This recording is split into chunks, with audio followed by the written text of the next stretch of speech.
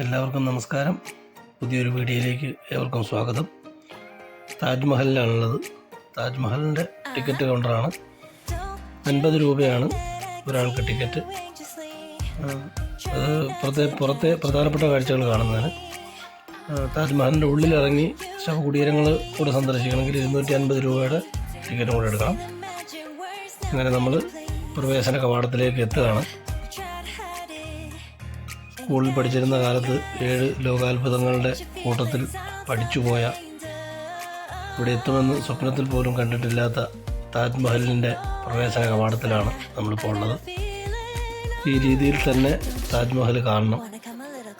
ഇപ്പോൾ നമുക്ക് താജ്മഹൽ ഇവിടെ നിന്ന് കാണാൻ സാധിക്കാതെ ആ പ്രകാശത്തിനപ്പുറം പെട്ടെന്ന് നമ്മുടെ മുമ്പിൽ പ്രത്യക്ഷപ്പെടുന്ന ഒരു താജ്മഹലുണ്ട്. എൻ്റെ ഒരു ജീവിതത്തിലെ ഏറ്റവും പ്രധാനപ്പെട്ട ഒരു സമയമാണ് അതിൻ്റെ മുമ്പിൽ പോയി ഈ ഒരു കാഴ്ച കണ്ടത്.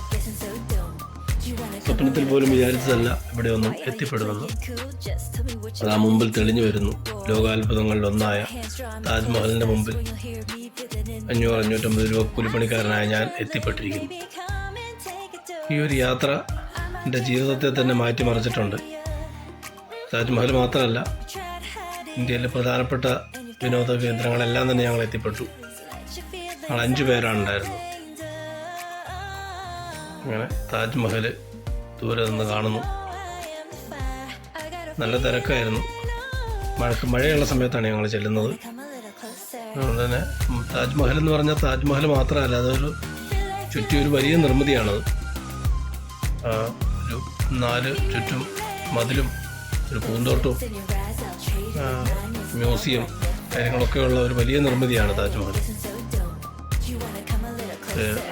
ഇത്തരം വീഡിയോകൾ ഞാൻ ഇങ്ങനെ പോസ്റ്റ് ചെയ്യുന്നത് എന്തിനാണെന്ന് വെച്ചാൽ, ഒന്ന് വീടിന് പുറത്തേക്ക് ഇറങ്ങിയാൽ, നമ്മുടെ സ്വന്തം നാടിനൊന്ന് പുറത്തേക്ക് ഇറങ്ങിയാൽ പിന്നെ അങ്ങ് ഇറങ്ങിക്കോളും. പിന്നെ ഒന്നിനും മടിയുണ്ടാവില്ല.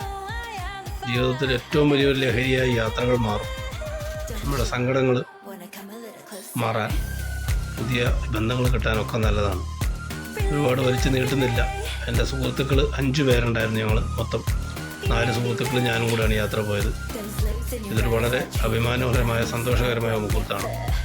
എല്ലാവർക്കും നന്ദി. സപ്പോർട്ട് ചെയ്യുന്നതിനെല്ലാം എല്ലാവർക്കും.